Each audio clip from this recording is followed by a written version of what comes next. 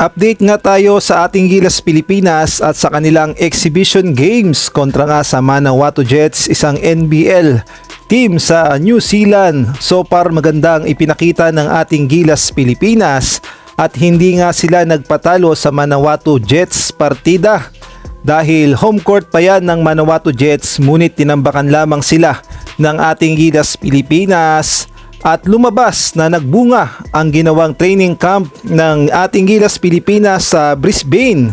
At talaga namang ipinakita na hindi sila magpapatalo sa isang dekalibreng NBL team na kagaya na lamang ng Manawatu Jets. Tinambakan nga ng Gilas Pilipinas dahil ang final score ay 60-91. Tambak nga ng 31 points itong Manawatu Jets sa ating Gilas Pilipinas. At ang ating Gilas Pilipinas ay patuloy pa rin ang paglakas at paghahanda lalong-lalo na sa third window kontra New Zealand at Australia.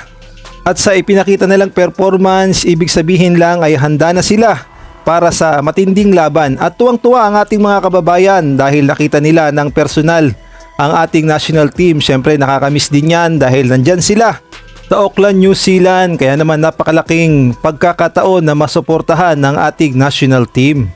Sa mga nagtatanong naman kung bakit hindi masyadong nakikita o hindi man lang naglaro itong si Justin Brownlee kontra nga sa Manawatu Jets, siguro ang nakikita kong dahilan ay itinatago talaga itong si Justin Brownlee dahil kung ating ngang babalikan noong second window na off night itong si Justin Brownlee at hindi nakatulong sa kampanya ng Gilas Pilipinas dahil inamin mismo ng head coach ng New Zealand na 80% ng kanilang game plan ay nakatuon dito kay Justin Brownlee na mapigilan talaga siyang maka-score.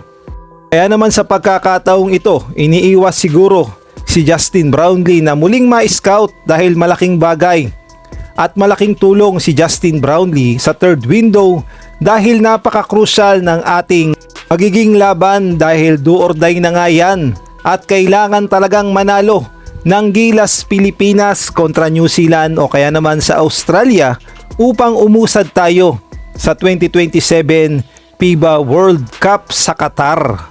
At syempre iniingatan na rin si Noy P na baka ma-injury pa. Siya pa naman ang pinakamahalagang pyesa sa third window. Ang good news naman, kahit nga walang Justin Brownlee kanina kontra Manawatu Jets, grabe yung mga local player natin. Talaga namang naghalimaw sila Troy Rosario at itong si Mike Phillips, kahit si Justin Baltasar, lahat sila.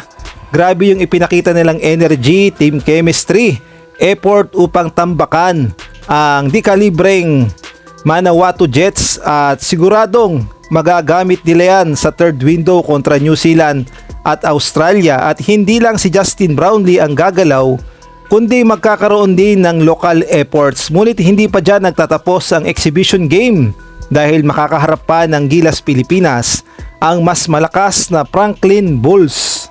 At sa June 30 na nga yan, magkakaharap ang Gilas at ang Franklin Bulls. Dito talaga magkakaalaman kung hanggang saan na ba ang lakas ng Gilas Pilipinas at kung handa na bang muling harapin ang New Zealand at ang Australia. Hindi nga biro ang lakas ng Franklin Bulls dahil mas doble ang kanilang enerhiya kumpara sa Manawatu Jets. Kaya naman kaabang-abang talaga ang laban na yan. At kung nagustuhan mo ang video na to, paki-like naman, paki-subscribe, paki-pindot ang notification bell para updated ka sa susunod kong i-upload.